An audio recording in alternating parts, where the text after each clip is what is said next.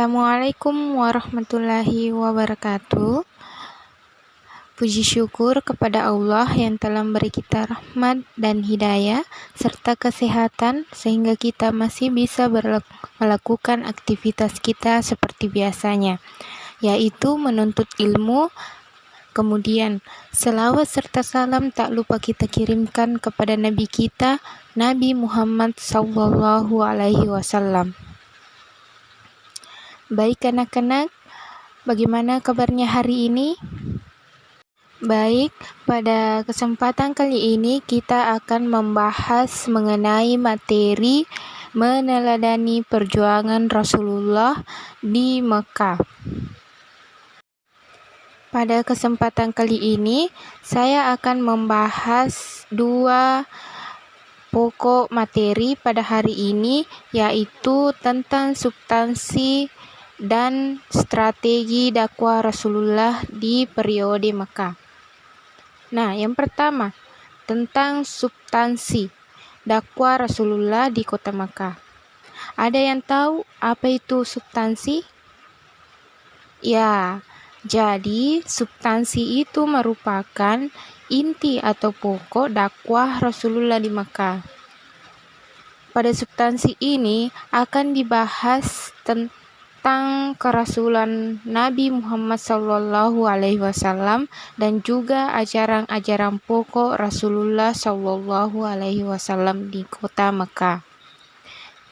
Yang pertama, tentang kerasulan Nabi Muhammad SAW dan wahyu pertama.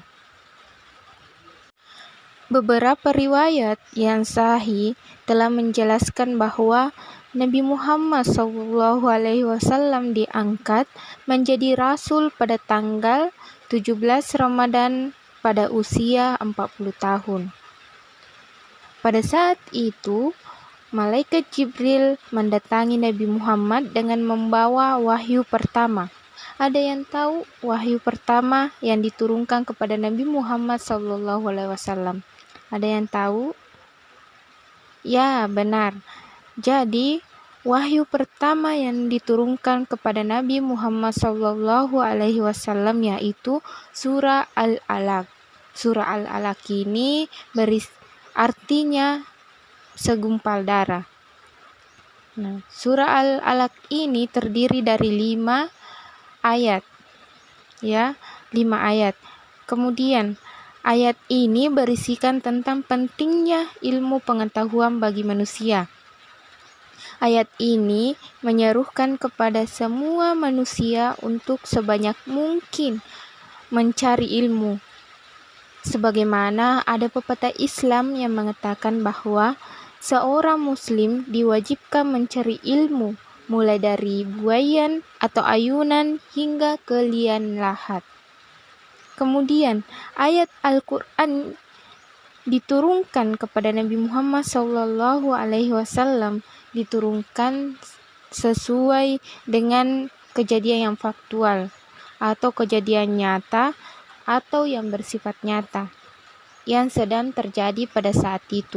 Kemudian yang kedua, tentang ajaran-ajaran pokok Rasulullah di Mekah.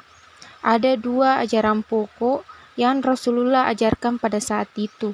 Yang pertama, beliau mengajarkan tentang akidah. Jadi akidah itu merupakan keyakinan di dalam hati kita. Rasulullah SAW diutus oleh Allah Subhanahu wa Ta'ala untuk membawa ajaran tauhid, yaitu meyakini keesaan Allah Subhanahu wa Ta'ala. Pada saat itu masyarakat Arab yang saat itu dilahirkan atau bahkan sebelum dilahirkan, Rasulullah SAW hidup dalam praktik kemusyrikan. Nabi Muhammad menyampaikan kepada kaum Quraisy bahwa Allah Subhanahu wa Ta'ala Maha Pencipta.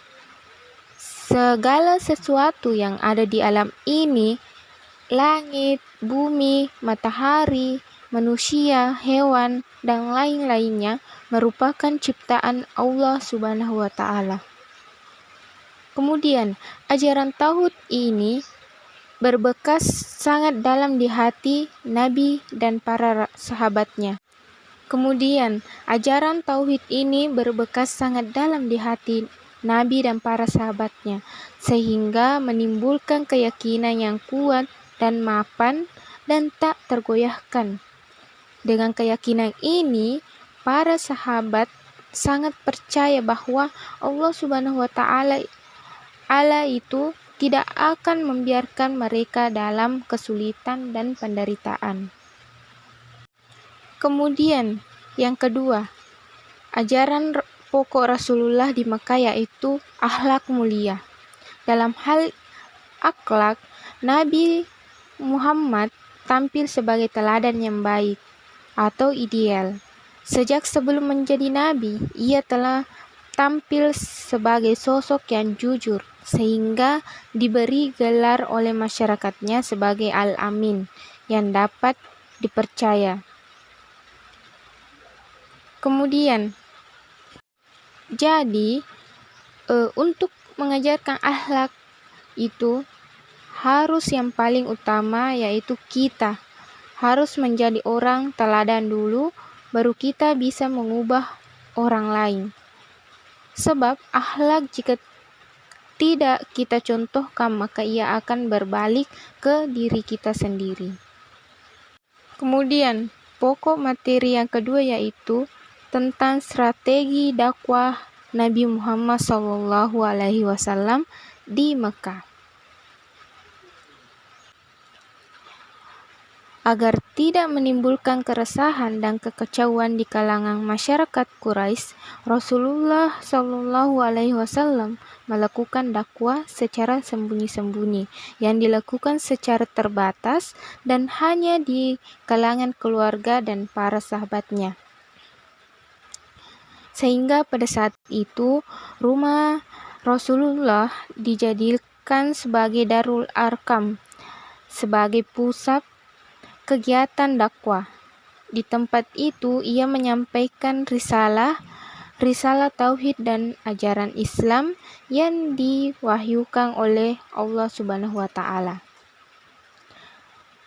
Kemudian yang kedua yaitu dakwah secara terang-terangan.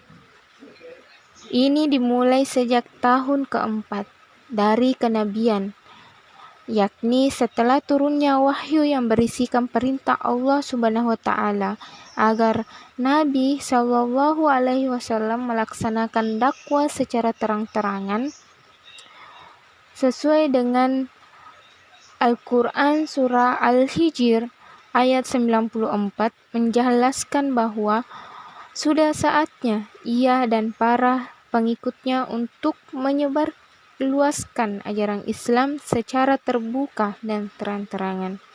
Sehingga pada saat itu Rasulullah berdakwah secara terang-terangan di kalangan masyarakat. Baik, itulah tadi penjelasan materi tentang meneladani perjuangan Rasulullah SAW di kota Makkah yang membahas dua inti materi. Yang pertama yaitu tentang substansi dakwah Nabi Muhammad SAW dan yang kedua yaitu strategi dakwah Rasulullah SAW. Sekian dan terima kasih. Mohon maaf apabila ada kesalahan pengucapan kata. Saya akhiri dengan ucapan wassalamualaikum warahmatullahi wabarakatuh.